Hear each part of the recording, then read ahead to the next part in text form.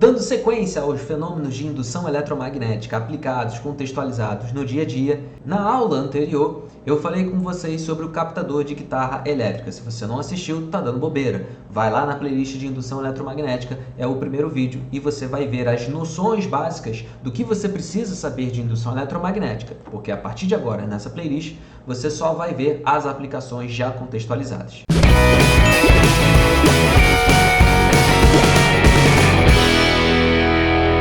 E na aula passada eu deixei um gancho para vocês falando que o captador de guitarra elétrica funciona pela indução eletromagnética, com a variação aqui, com a vibração da corda e a variação do fluxo, gerando corrente alternada, e ela iria para um amplificador para poder ter o som mais intenso e chegaria finalmente no alto-falante, onde produziria o som.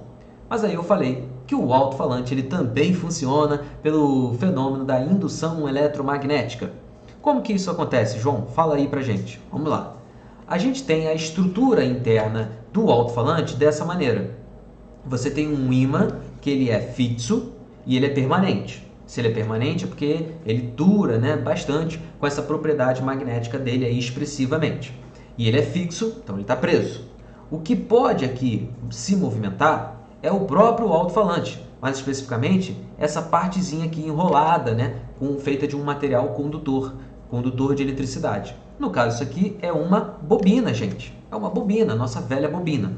Então, nós temos essa bobina que ela vai presa, ela vai acoplada mecanicamente a esse cone aqui do alto-falante. Então, essas duas coisinhas aí que podem vibrar na mesma frequência, Porque essa membrana aqui, o cone do alto-falante, que vai se deslocar para frente, para frente, para trás, empurrando o ar e aí produzindo assim o som. Notem que o alto-falante está acoplado também ali ao amplificador. Mas tudo isso vai funcionar da seguinte maneira. Corrente elétrica vai fluir por esse condutor, por essa bobina, e dependendo do seu sentido, haverá ali então a produção de um campo magnético, porque corrente elétrica é fonte geradora de campo magnético, sabemos isso por conta lá de Christian Ørsted, que em 1820 conseguiu comprovar isso pra gente, E aí a corrente então gera esse campo magnético que, pela regra da mão direita, coloquei aqui para ajudar vocês, a gente vai ter uma circulação do campo magnético nesse sentido, gerando então aqui uma polaridade norte do lado direito, uma polaridade sul do lado esquerdo. Com isso, notem que se aqui desse lado é esquerdo e aqui é norte, esses dois carinhas vão se atrair. A bobina e o alto-falante no caso, porque está tudo junto, acoplado mecanicamente, e o próprio ímã permanente vão se atrair. Só que eles vão se atrair e aí essa corrente alternada que tem aqui, porque como a gente viu na aula passada, essa corrente ela é alternada. Então, ora ela vai estar num sentido, ora ela vai estar no outro. Notem, ora ela está num sentido, ora ela está no outro. É uma corrente alternada. Então, antes se atraía, agora elas vão se repelir. A estrutura toda aqui da bobina com o ímã permanente vai repelir. Depois alterna o sentido, atrai. Altera o sentido, repele. E fica nessa alternância. E é exatamente isso que vai fazer então com que o próprio som seja produzido. Porque se o alto-falante fica vibrando para frente, para trás, para frente, para trás, para frente, para trás, pelo fenômeno da indução eletromagnética, haverá então uma região de compressão, outra de rarefação, outra de compressão, outra de rarefação e assim sucessivamente produzindo o som. O som ele é produzido dessa maneira. Como a nossa proposta de praxe, vamos fazer questões inéditas elaboradas por mim, você não vai encontrar aí na internet. Pause o vídeo, é uma sugestão bacana e faça comigo depois. Alto-falantes são componentes que transformam sinais elétricos de uma corrente elétrica em oscilações de pressão no ar em forma de onda sonora. A estrutura interna de um alto-falante é composta basicamente por um ímã permanente, preso na armação do alto-falante, e uma bobina móvel, que está fixa no cone de papel. Aqui está todo o desenhozinho bonitinho, É importante que a bobina possua mobilidade, olha aí, possua mobilidade, porque ao se aplicar uma corrente elétrica variável na bobina, esta quem? A bobina, Ela vai variar o campo elétrico na espira? Não é o elétrico, E nem isso vai produzir o som. Então, toda errada. Letra B. Variará o campo magnético na espira produzindo o som. Bom, Tem variação do campo magnético, mas não é isso que produz o som, tá, gente? Toma cuidado, mais uma vez, com essa coisa que o Enem sempre traz pra gente. Ter uma resposta ali que vai até fazer sentido, mas ela não responde o comando da questão. C. Induzirá a bobina, induzirá uma corrente elétrica no alto-falante? Não, não, não. Letra D. A bobina será ora repelida, ora atraída pelo campo magnético do ímã permanente. Perfeito. Gabarito, letra D. O erro da letra E é o seguinte: induzirá ora um campo elétrico? Não, não, não, nada a ver. E ele ainda fala que vai produzir uma onda eletromagnética. Ora, gente, o alto-falante aqui ele está funcionando como uma fonte sonora e não como uma fonte de onda eletromagnética, né? Então a letra E também está descartada. Na nossa próxima questão temos o seguinte: um alto-falante consiste em um cone preso a um conjunto de espiras condutores de corrente elétrica localizada em um campo magnético. Em qualquer instante, as vibrações tanto da bobina, que é esse conjunto de espiras, quanto do cone do alto-falante têm frequências idênticas, claro, porque eles estão acoplados mecanicamente, eles estão ligados, mecanicamente, né? Eles estão presos um ao outro. Aqui, ó, o cone está preso a esse conjunto de espiras. Então, essas frequências são casadas devido a esse acoplamento mecânico da bobina ao cone do alto-falante, beleza? Gabarito, letra B. Não tem nada a ver com a corrente alternada induzida no alto-falante, nem é no alto-falante, né? Não tem nada a ver com a variação do fluxo magnético que induz uma corrente elétrica na bobina. Isso aqui é verdade, no entanto, não responde ao comando da questão. Então, o gabarito não é letra C. Não tem a ver com a magnetização do cone do alto-falante. Não tem nada a ver isso aqui, não responde e nem é verdadeiro. E na letra E, a força eletromotriz induzida na bobina, que ora atrai, ora repele o cone do alto-falante, também não tem nada a ver com isso, o fato de termos o casamento ali das frequências. Uma parada interessante que eu queria falar com vocês são alguns exemplos de alto-falante que nós temos.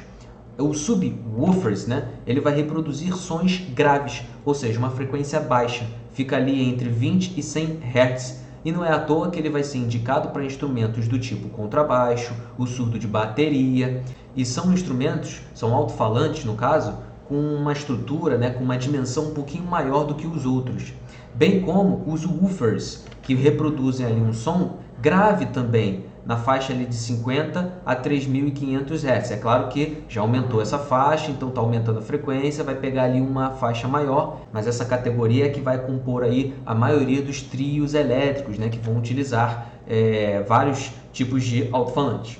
Nós temos o mid-bass, que vai envolver frequências entre 100 e 500 Hz e uma faixa mais restritiva de baixas e médias frequências.